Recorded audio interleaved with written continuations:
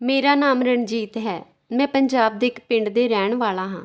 ਮੈਂ ਨੌਕਰੀ ਦੀ ਭਾਲ ਵਿੱਚ ਦਿੱਲੀ ਆਇਆ ਸੀ। ਕੋਈ ਹੁਨਰ ਨਾ ਹੋਣ ਕਾਰਨ ਮੈਂ ਸੜਕਾਂ 'ਤੇ ਧੱਕੇ ਖਾ ਰਿਹਾ ਸੀ। ਮੇਰੇ ਇੱਕ ਦੋਸਤ ਨੇ ਮੇਰੇ 'ਤੇ ਤਰਸ ਖਾ ਕੇ ਮੈਨੂੰ ਗੱਡੀ ਚਲਾਉਣੀ ਸਿਖਾਈ। ਉਸ ਦੋਸਤ ਦੀ ਬਦੌਲਤ ਮੈਨੂੰ ਇੱਕ ਬੰਗਲੇ ਵਿੱਚ ਡਰਾਈਵਰ ਦੀ ਨੌਕਰੀ ਮਿਲ ਗਈ। ਘਰ ਵਿੱਚ ਸਿਰਫ ਮਾਲਕਣ ਤੇ ਉਹਨਾਂ ਦੀ ਧੀ ਸੀ। ਜਦੋਂ ਮੇਰੇ ਦੋਸਤ ਨੇ ਮੇਰੀ ਜ਼ਿੰਮੇਵਾਰੀ ਲਈ ਤਾਂ ਮਾਲਕ ਨੇ ਮੈਨੂੰ ਆਪਣੀ ਧੀ ਦੀ ਕਾਰ ਲਈ ਡਰਾਈਵਰ ਵਜੋਂ ਨੌਕਰੀ 'ਤੇ ਰੱਖ ਲਿਆ। ਮਾਲਕ ਦੀ ਧੀ ਇੱਕ ਵੱਡੇ ਕਾਲਜ ਵਿੱਚ ਪੜ੍ਹਦੀ ਸੀ ਤੇ ਮੈਂ ਉਸ ਦੀ ਕਾਰ ਚਲਾਉਂਦਾ ਸੀ। ਹਰ ਰੋਜ਼ ਸਵੇਰੇ ਉਸ ਨੂੰ ਕਾਲਜ ਛੱਡਦਾ ਤੇ ਕਾਲਜ ਤੋਂ ਸ਼ਾਮ ਨੂੰ ਉਸ ਨੂੰ ਬੰਗਲੇ 'ਤੇ ਛੱਡ ਦਿੰਦਾ। ਅਕਸਰ ਸ਼ਾਮ ਨੂੰ ਜਦੋਂ ਉਹ ਆਪਣੀਆਂ ਸਹੇਲੀਆਂ ਨੂੰ ਮਿਲਣ ਜਾਂਦੀ ਸੀ ਤਾਂ ਮੈਂ ਉਸ ਨੂੰ ਕਾਰ ਵਿੱਚ ਹੀ ਲੈ ਕੇ ਜਾਂਦਾ ਸੀ।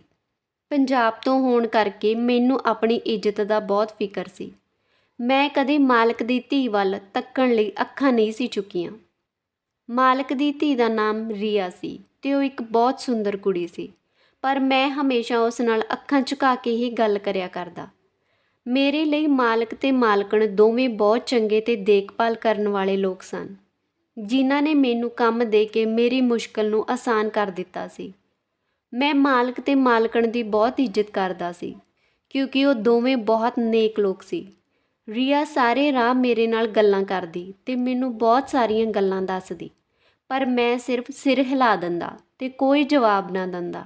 ਉਹ ਬਹੁਤ ਹੁਸ਼ਿਆਰ ਸੀ, ਹਰ ਜਮਾਤ ਵਿੱਚ ਪਹਿਲੇ ਨੰਬਰ 'ਤੇ ਆਉਂਦੀ ਸੀ।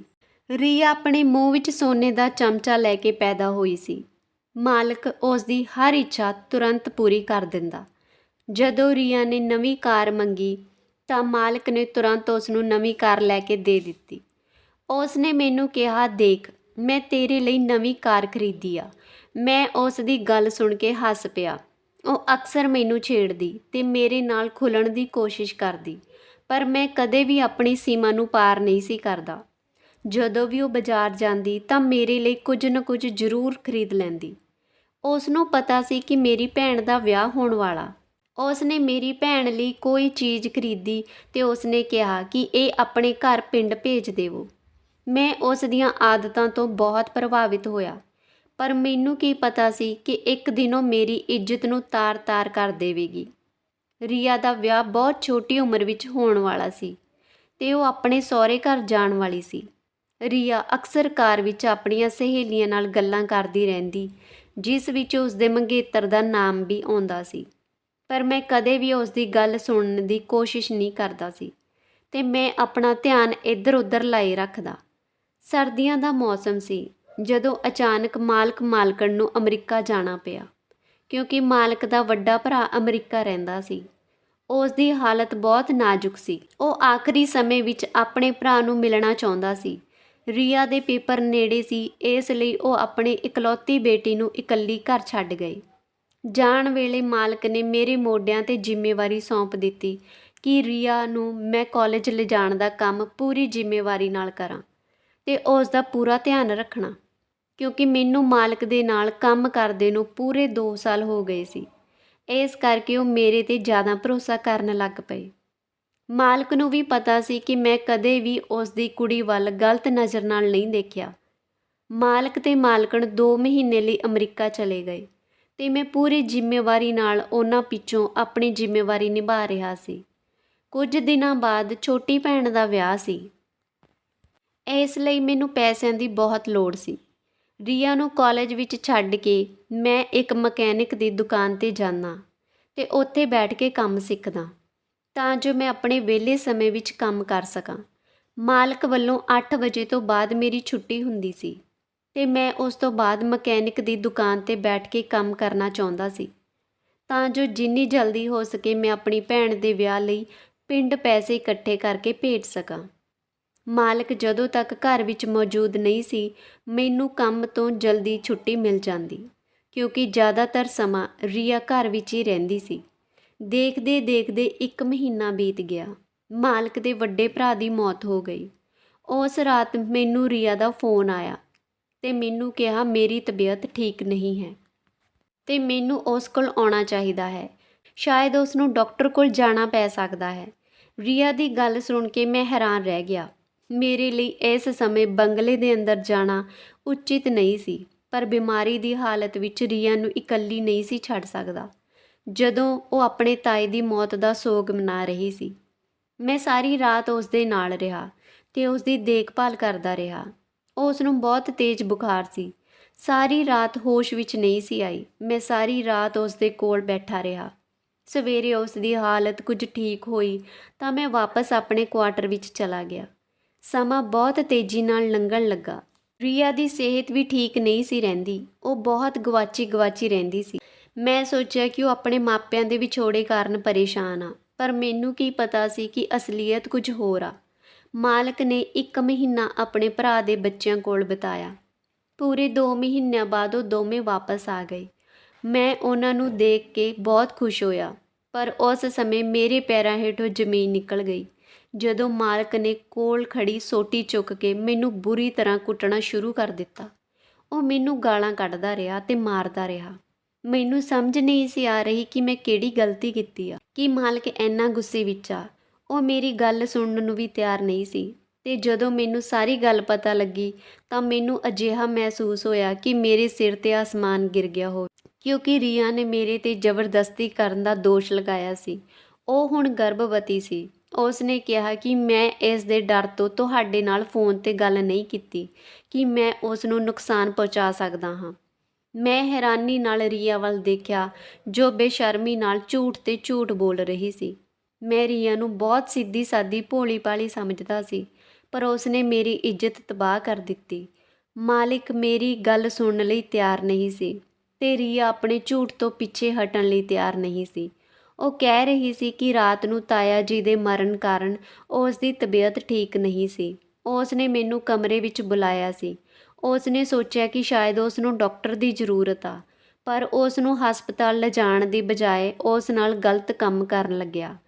ਮਾਲਕ ਨੇ ਪੁਲਿਸ ਨੂੰ ਬੁਲਾਉਣ ਤੇ ਮੈਨੂੰ ਜੇਲ੍ਹ ਭੇਜਣ ਦਾ ਫੈਸਲਾ ਕੀਤਾ, ਪਰ ਰੀਆ ਨੇ ਉਹਨਾਂ ਨੂੰ ਰੋਕ ਲਿਆ। ਰੀਆ ਨੇ ਆਪਣੇ ਮਾਤਾ-ਪਿਤਾ ਨੂੰ ਕਿਹਾ ਕਿ ਅਜਿਹਾ ਕਰਨ ਨਾਲ ਉਹਨਾਂ ਦੀ ਇੱਜ਼ਤ ਖਰਾਬ ਹੋਵੇਗੀ। ਮੇਰੇ ਮਾਲਕ ਨੇ ਮੈਨੂੰ ਨੌਕਰੀ ਤੋਂ ਕੱਢ ਦਿੱਤਾ ਤੇ ਮੈਂ ਬਹੁਤ ਪਰੇਸ਼ਾਨ ਸੀ। ਮੇਰੇ ਕੋਲ ਕਰਨ ਲਈ ਕੋਈ ਕੰਮ ਨਹੀਂ ਸੀ। ਮੈਨੂੰ ਇੰਨੀ ਜਲਦੀ ਨੌਕਰੀ ਨਹੀਂ ਸੀ ਮਿਲ ਸਕਦੀ, ਜਦੋਂ ਕਿ ਮੇਰੀ ਭੈਣ ਦਾ ਵਿਆਹ ਸਿਰ ਤੇ ਆ ਗਿਆ ਸੀ। ਮੈਂ ਪਹਿਲਾਂ ਮਾਲਕ ਦੁਆਰਾ ਦਿੱਤੇ ਕੁਆਟਰ ਵਿੱਚ ਰਹਿੰਦਾ ਸੀ ਤੇ ਹੁਣ ਮੇਰੇ ਕੋਲ ਰਹਿਣ ਲਈ ਕੋਈ ਜਗ੍ਹਾ ਨਹੀਂ ਸੀ। ਇਸ ਲਈ ਮੈਂ ਦੁਬਾਰਾ ਮਾਲਕ ਕੋਲ ਆਇਆ ਤੇ ਉਹਨਾਂ ਨੂੰ ਆਪਣੀ ਬੇਗੁਨਾਹੀ ਸਾਬਤ ਕਰਨਾ ਚਾਹੁੰਦਾ ਸੀ, ਪਰ ਮਾਲਕ ਨੇ ਮੇਰੇ ਅੱਗੇ ਅਜਿਹੀ ਸ਼ਰਤ ਰੱਖੀ ਕਿ ਮੇਰੇ ਹੋਸ਼ ਉੱਡ ਗਏ। ਮਾਲਕ ਨੇ ਮੈਨੂੰ ਕਿਹਾ ਕਿ ਤੂੰ ਕੁਝ ਸਮੇਂ ਲਈ ਰੀਆ ਨਾਲ ਵਿਆਹ ਕਰ ਲਾ ਤੇ ਜਦੋਂ ਬੱਚਾ ਪੈਦਾ ਹੋ ਜਾਵੇਗਾ ਤਾਂ ਤੂੰ ਉਸ ਨੂੰ ਘਰ ਛੱਡ ਕੇ ਵਾਪਸ ਚਲਾ ਜਾਵੀਂ। ਅਸੀਂ ਬੱਚੇ ਦਾ ਗਰਭਪਾਤ ਕਰਵਾਉਣ ਦੀ ਬਹੁਤ ਕੋਸ਼ਿਸ਼ ਕੀਤੀ, ਪਰ ਸਾਰੇ ਡਾਕਟਰਾਂ ਨੇ ਕਿਹਾ ਕਿ ਇਸ ਵਿੱਚ ਰੀਆ ਦੀ ਮੌਤ ਹੋ ਸਕਦੀ ਆ ਤੇ ਮੈਂ ਆਪਣੀ ਇਕਲੌਤੀ ਬੇਟੀ ਨੂੰ ਗਵਾਉਣਾ ਨਹੀਂ ਚਾਹੁੰਦਾ।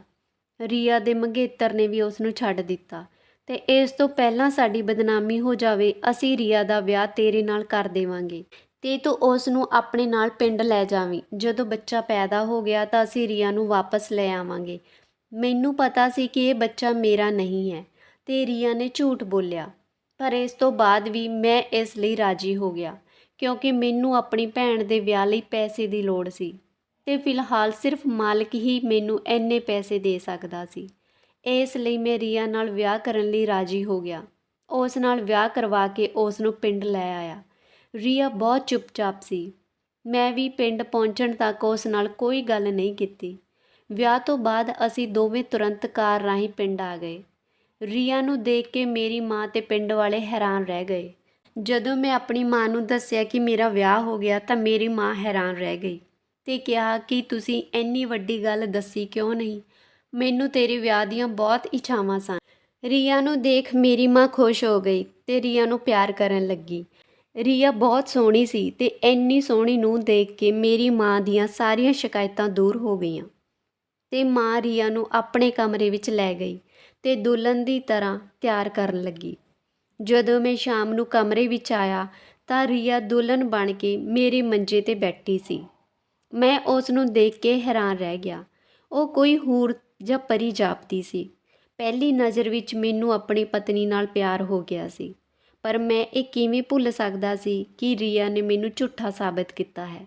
ਜਦੋਂ ਮੈਂ ਮੰਜੇ ਤੇ ਉਸ ਕੋਲ ਬੈਠਾ ਤਾਂ ਉਹ ਡਰ ਕੇ ਕੰਬਣ ਲੱਗੀ। ਉਹ ਚੰਗੀ ਤਰ੍ਹਾਂ ਜਾਣਦੀ ਸੀ ਕਿ ਉਸਨੇ ਮੇਰੇ ਨਾਲ ਵਿਆਹ ਕਿਵੇਂ ਕੀਤਾ। ਇਸ ਤੋਂ ਪਹਿਲਾਂ ਮੈਂ ਉਸ ਨੂੰ ਕੁਝ ਕਹਿੰਦਾ, ਉਹ ਰੋਣ ਲੱਗ ਪਈ ਤੇ ਮੇਰੇ ਪੈਰਾਂ ਕੋਲ ਬੈਠ ਗਈ। ਉਸ ਦੇ ਹੰਝੂ ਮੇਰੇ ਦਿਲ 'ਤੇ ਡਿੱਗ ਰਹੇ ਸੀ, ਕਿਉਂਕਿ ਮੈਂ ਉਸ ਨੂੰ ਹਮੇਸ਼ਾ ਬਹੁਤ ਚੰਗੀ ਦੇਖਿਆ ਸੀ। ਰੀਆ ਰੋਣ ਲੱਗੀ ਤੇ ਉਹਨੇ ਮੈਨੂੰ ਦੱਸਿਆ ਕਿ ਉਹ ਮੇਰੇ 'ਤੇ ਲਗਾਏ ਗਏ ਦੋਸ਼ਾਂ ਤੋਂ ਸ਼ਰਮਿੰਦਾ ਹੈ ਤੇ ਉਹ ਆਪਣੀ ਗਲਤੀ ਤੋਂ ਪੂਰੀ ਤਰ੍ਹਾਂ ਜਾਣੂ ਆ। ਪਰ ਉਸਨੇ ਇਹ ਸਭ ਮੈਨੂੰ ਬਦਨਾਮ ਕਰਨ ਲਈ ਨਹੀਂ ਕੀਤਾ। ਮੈਂ ਮਜਬੂਰੀ ਵਿੱਚ ਅਜਿਹਾ ਕੀਤਾ। ਮੈਂ ਰੀਆ ਵੱਲ ਅੱਖਾਂ ਮੀਚ ਕੇ ਸਾਫ਼ ਲਫ਼ਜ਼ਾਂ ਵਿੱਚ ਕਿਹਾ ਕਿ ਤੂੰ ਕਿੰਨੀ ਵੀ ਮਜਬੂਰੀ ਵਿੱਚ ਇਹ ਸਭ ਕੀਤਾ, ਪਰ ਤੂੰ ਇਹ ਸਭ ਕਰਕੇ ਮੇਰੀ ਇੱਜ਼ਤ ਗਵਾ ਦਿੱਤੀ।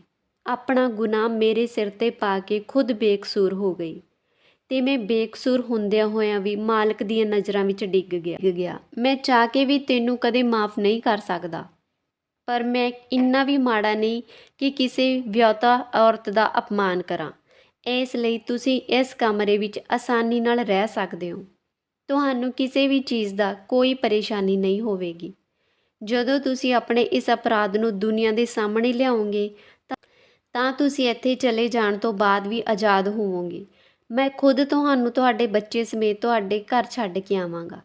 ਮੈਂ ਰੀਆ ਨੂੰ ਮੰਜੇ 'ਤੇ ਬਿਠਾ ਕੇ ਬਾਹਰ ਜਾਣ ਲੱਗਾ ਤਾਂ ਕਹਿਣ ਲੱਗੀ, ਮੈਂ ਕੋਈ ਗੁਨਾਹ ਨਹੀਂ ਕੀਤਾ ਕਿ ਮੈਨੂੰ ਬੱਚੇ ਦੇ ਜਨਮ ਤੱਕ ਇੱਥੇ ਉਡੀਕ ਕਰਨੀ ਪਵੇ। ਨਾ ਹੀ ਮੈਂ ਤੈਨੂੰ ਤੇਰੇ ਮਾਲਕ ਦੀਆਂ ਨਜ਼ਰਾਂ 'ਚ ਡੇਗਿਆ ਹੈ, ਸਗੋਂ ਤੇਰੇ ਮਾਲਕ ਤੈਨੂੰ ਬਹੁਤ ਪਿਆਰ ਕਰਦੇ ਨੇ। ਉਹ ਤੁਹਾਡੇ 'ਤੇ ਸਭ ਤੋਂ ਵੱਧ ਭਰੋਸਾ ਕਰਦੇ ਨੇ। ਇਸ ਲਈ ਤੁਹਾਡੇ ਮਾਲਕ ਨੇ ਆਪਣੀ ਜ਼ਿੰਦਗੀ ਦੀ ਸਭ ਤੋਂ ਕੀਮਤੀ ਚੀਜ਼ ਤੁਹਾਨੂੰ ਸੌਂਪ ਦਿੱਤੀ ਆ ਤੇ ਮੈਨੂੰ ਹੁਕਮ ਦਿੱਤਾ ਹੈ ਕਿ ਮੈਂ ਤੁਹਾਨੂੰ ਵਿਆਹ ਤੋਂ ਬਾਅਦ ਸਾਰੀ ਅਸਲੀਅਤ ਦੱਸ ਦੇਵਾਂ। ਉਸ ਦੀਆਂ ਇਹਨਾਂ ਗੱਲਾਂ ਨੇ ਮੈਨੂੰ ਹੈਰਾਨ ਕਰ ਦਿੱਤਾ। ਮੈਂ ਪਿੱਛੇ ਮੁੜਿਆ ਤੇ ਰੀਆ ਦਾ ਚਿਹਰਾ ਦੇਖਿਆ, ਜਿੱਥੇ ਮਾਸੂਮੀਅਤ ਪ੍ਰਬਲ ਸੀ। ਇਸ ਸਮੇਂ ਉੱਥੇ ਇੱਕ 18 ਸਾਲਾਂ ਦੀ ਇੱਕ ਮਾਸੂਮ ਲੜਕੀ ਸੀ, ਜੋ ਅਣਜਾਣ ਹਾਲਾਤਾਂ ਵਿੱਚ ਰਹਿ ਰਹੀ ਸੀ।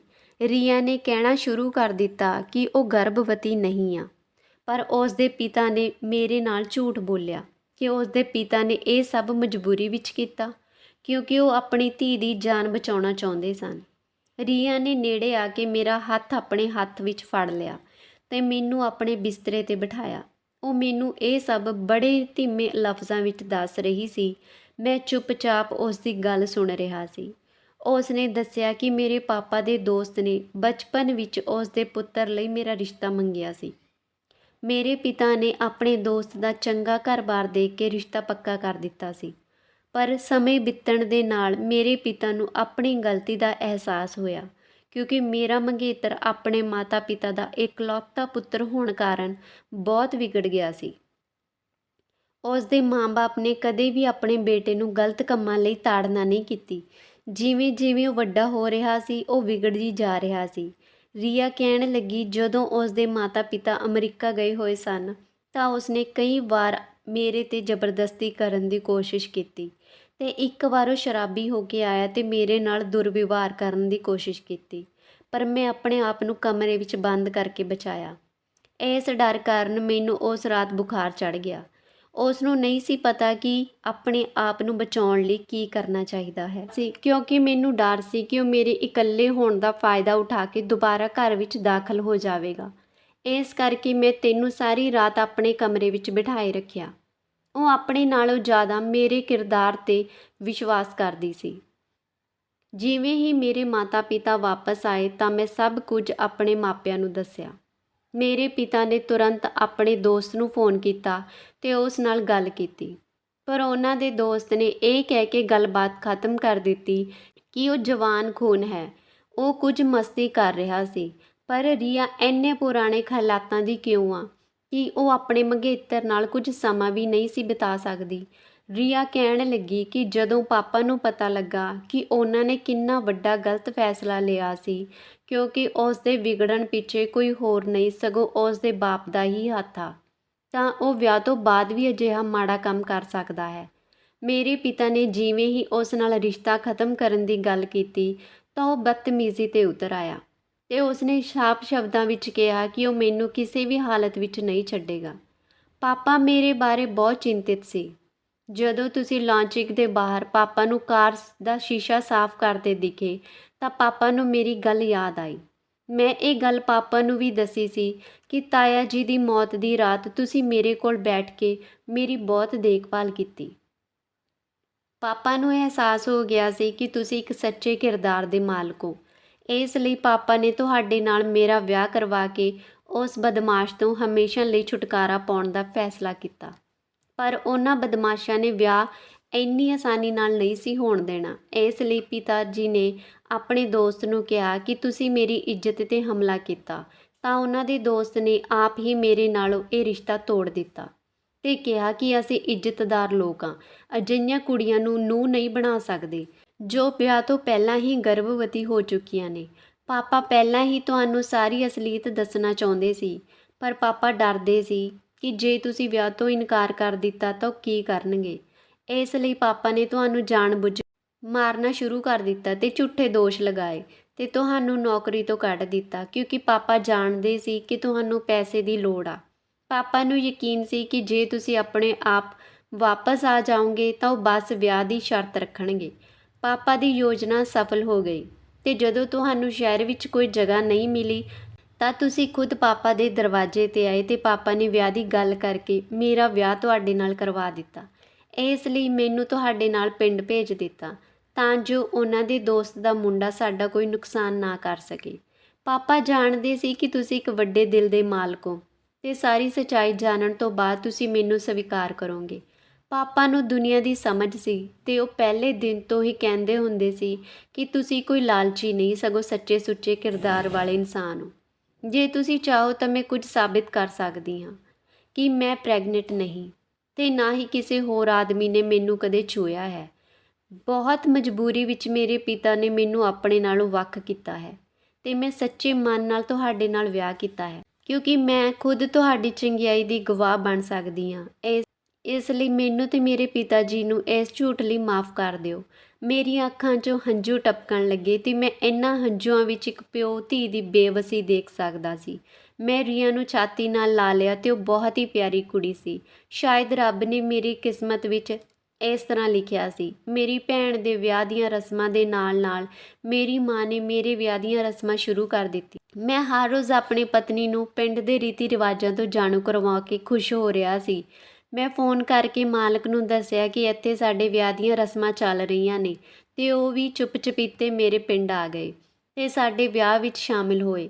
ਜਿਵੇਂ ਹੀ ਮੇਰਾ ਮਾਲਕ ਆਇਆ, ਉਸ ਨੇ ਮੇਰੇ ਤੋਂ ਆਪਣੇ ਕੰਮਾਂ ਲਈ ਮਾफ़ੀ ਮੰਗੀ, ਪਰ ਮੈਂ ਉਸ ਨੂੰ ਪਹਿਲਾਂ ਹੀ ਮਾफ़ ਕਰ ਦਿੱਤਾ ਸੀ।